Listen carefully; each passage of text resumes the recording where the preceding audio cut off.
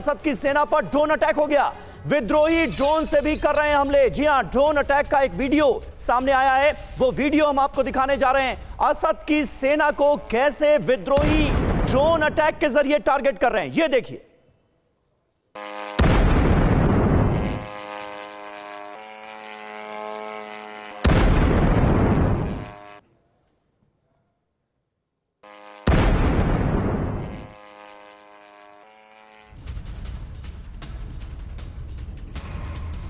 और हमा के बाद होम्स की ओर बढ़ रहे विद्रोही। होम्स में बशर सेना ने बनाई टैंक की दीवार। होम्स में बड़े कत्लेआम का अंदेशा और इसको देखते हुए ये सारी तैयारी की जा रही है। होम्स में बशर की सेना ने टैंक की दीवार बनाई है विद्रोहियों को रोकने के लिए, क्योंकि हमा के बाद होम्स की ओर लगातार ये विद्रोही बढ़ते जा रहे हैं।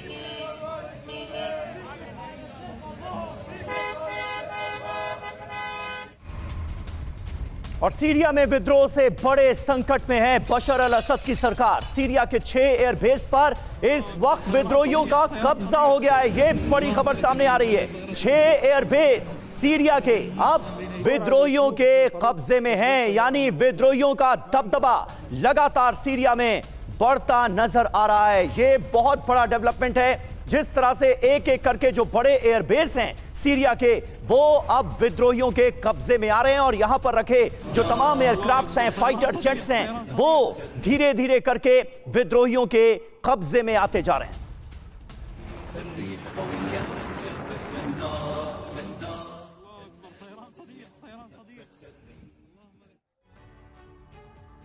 तो जो स्थितियां हैं उसको देखते हुए यही कहा जा रहा है कि क्या सीरिया में असद सरकार का काउंटडाउन शुरू हो चुका है। कहां कहां कब्जा हुआ है विद्रोहियों का, सबसे पहले ये देख लीजिए। हमा शहर पर पूर्ण नियंत्रण है और इदलिब अलेप्पो पर भी विद्रोहियों ने कब्जा कर लिया है। 100 वर्ग किलोमीटर पर पूरा नियंत्रण है विद्रोहियों का। जी हां, हयात तहरीर अल शाम का कब्जा हो गया है इन तमाम इलाकों पर। नुब्ल और ज़हरा पर भी एचटीएस को बढ़त मिली है, ऐसी खबरें सामने आ रही हैं। नुब्ल ज़हरा हिजबुल्लाह का गढ़ माने जाते थे और अब वो इलाके विद्रोहियों की चपेट में, उनकी जद में आते हुए नजर आ रहे हैं। अल नायरब एयरपोर्ट पर भी अब विद्रोहियों का यानी एचटीएस का दखल साफ तौर पर नजर आ रहा है। अल नायरब हिजबुल्लाह का पोस्ट था। जब तक हिजबुल्लाह के लड़ाके इस पूरे के पूरे रीजन में ताकतवर थे, तब तक किसी की हिम्मत नहीं हुई कि इस इलाके पर कब्जा जमाया जा सके। सुमित चौधरी हमारे साथ मौजूद हैं। सुमित, हिजबुल्लाह की ताकत कितनी थी इस इलाके में, लेबनान में? इससे आप बहुत अच्छी तरह से वाकिफ हैं, क्योंकि जब इजराइल की तरफ से हमले शुरू हुए तो आप लेबनान में भी मौजूद थे। लेकिन ईरान का इजराइल फ्रंट पर इन्वॉल्व होना, हिजबुल्लाह की ताकत में कमी आना, हिजबुल्लाह की टॉप लीडरशिप का खत्म हो जाना, क्या अब मुफीद नजर आ रही है ये जमीन विद्रोहियों के लिए, अमेरिका को अपने इन्वॉल्वमेंट के लिए, जिसकी वजह से आज की तारीख में सीरिया में हमें ऐसे हालात देखने को मिल रहे हैं, बद से बदतर होते जा रहे हैं हालात?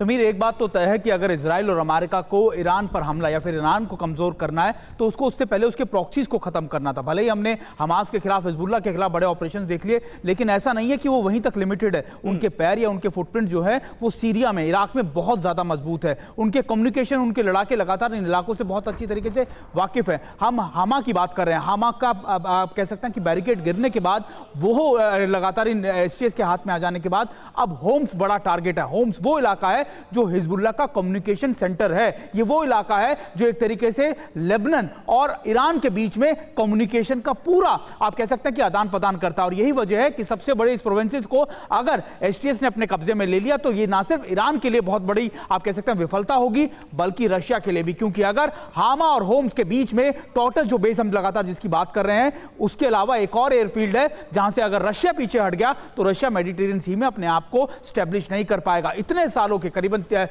4 से 5 दशकों की उसकी जो मेहनत है मेडिटेरियन सी में अपने आप को, अपने वजूद को कायम रखने की, वो कहीं ना कहीं खत्म हो जाएगी। और यही इजराइल और अमेरिका के पूरे फेवर में जाता है। और अमेरिका और इजराइल यही चाहते हैं कि देखिए किसी भी तरीके से ये 2-4 प्रोविंसेस जो हैं, जो असद सरकार या फिर उनके इन्फ्लुएंस में थे, ये उनके हाथ में आ जाए। फिर धीरे धीरे वो अमेरिका वो धीरे धीरे रशिया और उसको ईरान को पीछे धकेल देंगे।